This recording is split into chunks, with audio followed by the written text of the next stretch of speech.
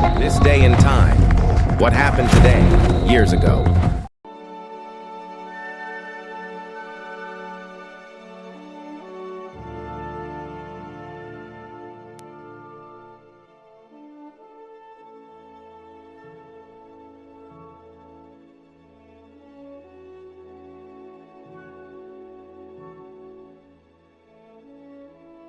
Three battles, separated by centuries, all fought on the very same day, June 19th.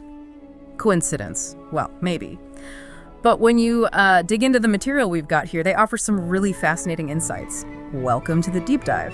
Yeah, it's quite something. We've pulled from a stack of analysis, mainly these excerpts focusing on these specific fights, titled Gai 19 Thang 6, Kuchen Jiang Gai Thang. Which translates to? Interestingly, June 19th, the battle for the throne.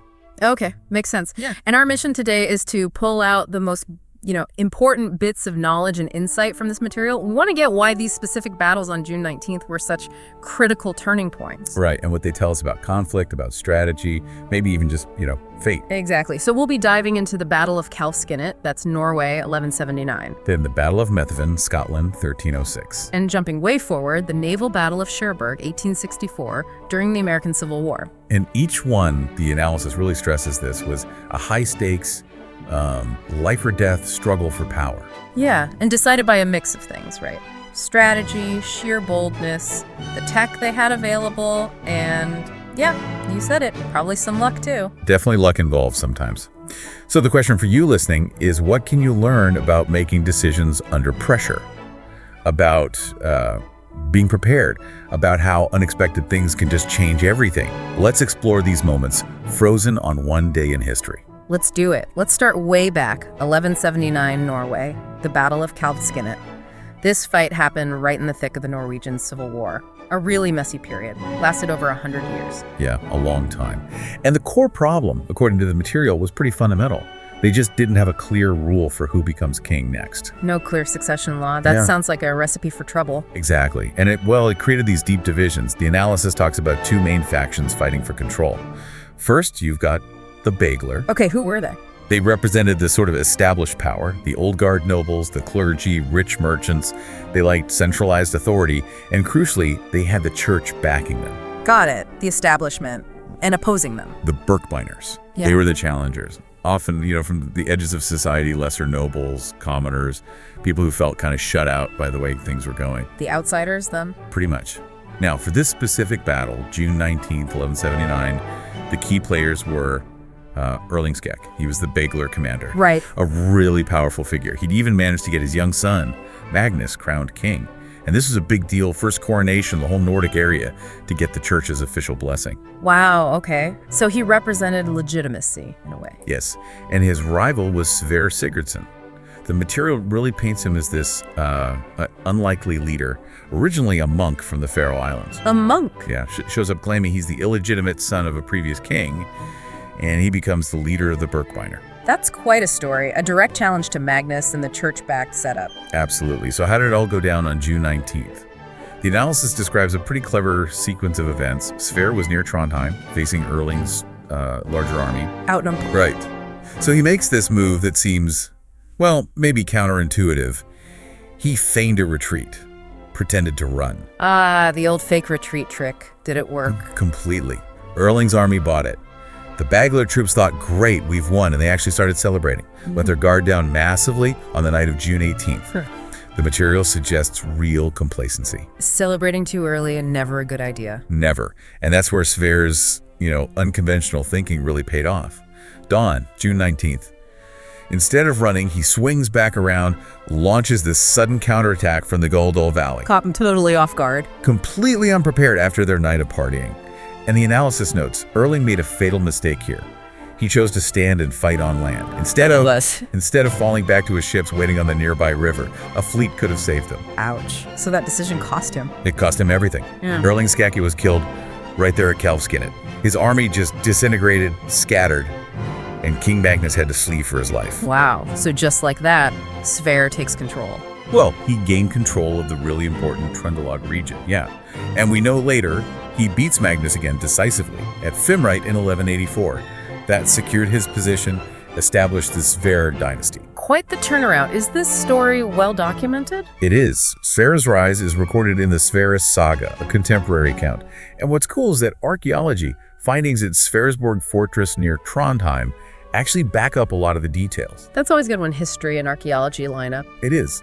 And the key takeaway from the analysis on this one, it wasn't about numbers or tradition. It showed how clever strategy, unconventional thinking, seizing the moment, they could beat rigid old-school tactics. Adaptability wins the day. Okay, let's jump forward. A couple of centuries later, 1306, we're swapping Norway for Scotland. Another crisis. Yet Scotland? Succession issues again, but this time mixed up with the First War of Scottish independence against England. A really, really volatile situation. And the spark here is pretty dramatic, right? Robert the Bruce. Oh yeah. February 1306, he kills his main rival, John Comyn. And not just anywhere, but inside a church in Dumfries. Sacrilege. That must have caused huge problems. Massive. Immediate consequences. The Pope excommunicated him, and King Edward I of England, Longshanks, was already trying to dominate Scotland. Now he had the perfect excuse to hunt Bruce down as a murderer and a rebel. So Bruce is in a terrible spot, excommunicated, enemy of England. Yet his supporters rally. They managed to crown him King of Scots on March 25th, 1306. But, as the analysis points out, he was king in name only, really. A king without a kingdom, always looking over his shoulder. And this leads us to June 19, 1306, the Battle of Methven. What were the forces involved here? Okay, so you have Robert the Bruce. The sources describe him as a summer king at this point, leading a pretty small force, not very experienced. And crucially, they were still thinking like feudal knights. Meaning expecting formal challenges, set-piece battles, chivalry, that sort of thing. Okay, and who was he up against? Aymer de Valence. He was Edward I's main commander in Scotland, portrayed as Edward's iron hand. Very pragmatic, very experienced. Leading English troops and also Scottish troops loyal to the Comyn family Bruce had just killed. So experience and pragmatism versus maybe naive chivalry. Something like that. And the lead up to Methven really shows this. Bruce, following that knightly code, actually sends a challenge offering open battle. Like, let's meet tomorrow on the field. Exactly. And Valence's response was clever and pretty sneaky. He declined to fight right then, but pretended to agree to a proper battle the next day. Ah, I see where this is going. Yep. Bruce bought it, believed the fight was set for the next day, so he lets his guard down completely. Sets up camp near Methven Woods, doesn't bother with proper defenses, assumed Valence would stick to the agreement. He trusted his opponent's word based on the knightly code. He did. Big mistake. Dawn, June 19th. Valence doesn't wait. He launches a sudden brutal attack on Bruce's sleeping, unprepared camp. Oh man, total surprise again. Total surprise. The result was, well, devastatingly quick. Bruce's small army just collapsed, caught completely off guard. Did Bruce get away? Barely. Escaped capture by the skin of his teeth, really, with just a handful of loyal followers. And the aftermath? Brutal. According to the sources, pretty much all of Bruce's captured men were executed on the spot. His family members didn't fare well either. Those caught were imprisoned, some killed. His wife, daughter, sisters, captured. Terrible. So Bruce goes from summer king to outlaw. Exactly. A hunted fugitive, forced into hiding in the Highlands and Islands, utterly defeated in conventional terms. But you hinted there was a but earlier. What's the strategic significance here? This sounds like a total disaster. It was a disaster, but the analysis makes a really crucial point. Methven, this crushing defeat, was the moment Bruce was forced to ditch conventional warfare. It shattered his belief in those knightly rules. He realized that wasn't going to work against someone like Valence or Edward. Precisely. It wasn't just a loss, it was a lesson. A brutal, unforgettable lesson in pragmatism, in caution, in adapting to your enemy and your terrain. He learned he had to fight differently. Guerrilla tactics. Exactly. Hit and run, using the landscape. Methven taught him that. And those lessons were absolutely fundamental. They turned him from that summer king into the strategist who would eventually win at Bannockburn in 1314. So paradoxically, the terrible defeat at Methven was essential for his ultimate victory. That's what the analysis strongly suggests. It was the fire that forged his military genius, you could say. Okay, fascinating. One more leap then. Big jump this time. 1864, American Civil War, and we're heading out to sea. Right, naval conflict this time. The Confederacy had this strategy using fast ships called commerce raiders. Their job wasn't really to fight the Union Navy directly, but to hunt down and destroy Union merchant ships. hurt the North economically. Make the war too expensive to continue. That was the idea. Yeah. And the most famous, the most successful of these raiders was the CSS Alabama. Ah, the Alabama, even though I've heard of that one. Yep. Legendary, right? Absolutely legendary. The material highlights its record sank or captured 65 Union merchant ships all over the world. Caused panic. 65. That's incredible. It really is. But by June 1864, the Alabama had been at sea for a long, long time, nearly 2 years straight. She was pretty worn out. Engines needed work, the hull was fouled, and crucially, her gunpowder and ammunition were degraded. Old and unreliable. Not ideal going into a fight. Definitely not. And waiting for her, outside the harbor of Cherbourg in France, was the Union warship USS Kearsarge, commanded by Captain John Winslow. And the Kearsarge was in better shape. Much better shape, described as well prepared. And crucially, Winslow had done something clever. He'd added improvised armor to his ship. Armor? How? He'd draped heavy anchor chains vertically over the sides, protecting the vital engine spaces, then covered them with wooden planks so it wasn't obvious. Thin chainmail, basically. Sort of, yeah. Plus, the Kearsarge had fresh, reliable ammunition, a stark contrast to the Alabama. Okay, so why did they fight on June 19th? Was it planned? Not exactly. The Alabama had pulled into Cherbourg, a neutral port, for repairs and supplies. The Kearsarge showed up and waited just outside territorial waters, blockading it. Captain Semmes of the Alabama. Well, he felt honor-bound. He couldn't just stay trapped. He decided to sail out and fight. A duel, essentially. Pretty much. So June 19th, the Alabama sails out. The battle itself was quite visual. The ships steamed in 7 big circles, firing at each other, gradually closing the distance to about 1,000 yards. Who fired first? The Alabama. And it fired faster, actually. But the analysis points out its gunnery was inaccurate and the shells often didn't perform well. There's one specific dramatic detail mentioned. Go on. A big 100-pound shell from the Alabama hit the Kearsarge's stern post, right near the steering gear. A critical hit. Ah. But it failed to explode. Dead shell. Huh. Probably because of that degraded powder. Wow, that could have changed everything. Could have crippled the Kearsarge. Meanwhile, the Kearsarge's fire was slower, maybe more deliberate, but much more accurate and effective. The material highlights the impact of its heavy 11-inch Dahlgren guns. Those were powerful. Very. One of those big shells smashed into the Alabama's side right near the waterline, penetrated the engine room. That was pretty much the killing blow. Yeah. Water rushed in, fire started.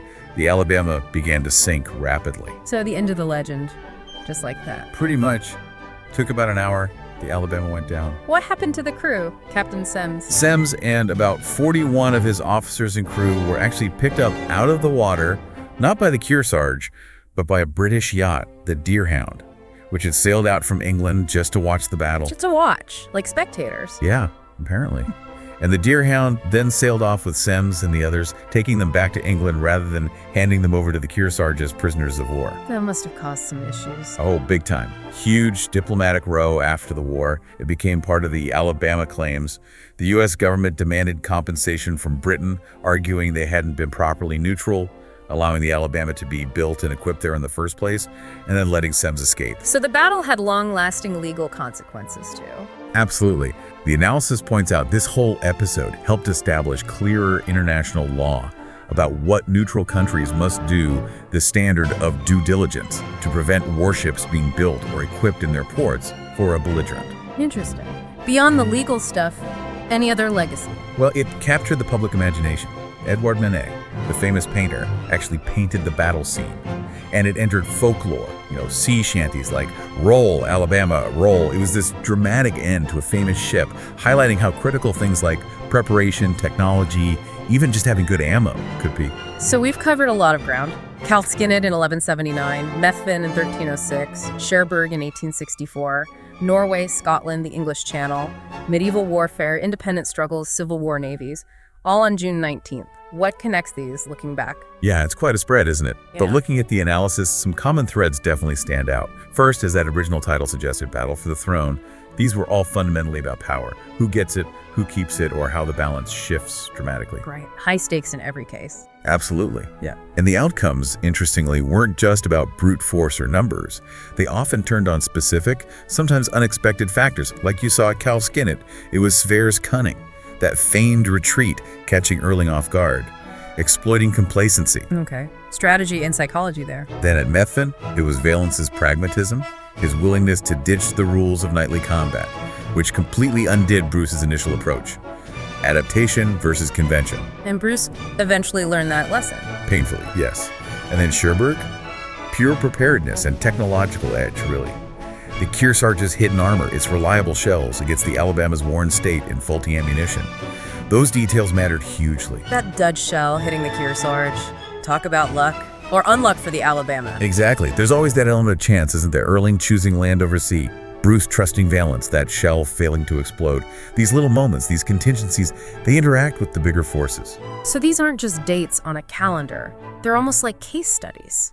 What do they tell you, the listener, about conflict itself? About being ready, but also being flexible.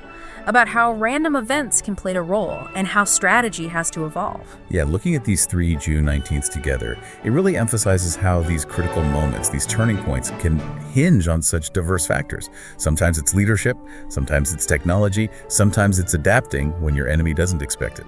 So we've taken our deep dive into the material on these 3 quite different yet connected June 19th battles, pulled out some insights, some connections across the centuries. It really shows the value, I think, of digging into sources like this. You start to see patterns, specific lessons that maybe aren't obvious at first glance. Absolutely. So as a final thought for you to consider, think about how the smallest details we talked about, a camp left undefended, a shell that didn't burst, a perfectly timed feigned retreat, how these seemingly tiny things could totally change the course of history in these instances. What does that suggest about the constant dance between big historical forces and those small, unpredictable moments or decisions in shaping outcomes, even in our... Thanks for watching. Like, subscribe, and ring that bell for more history daily.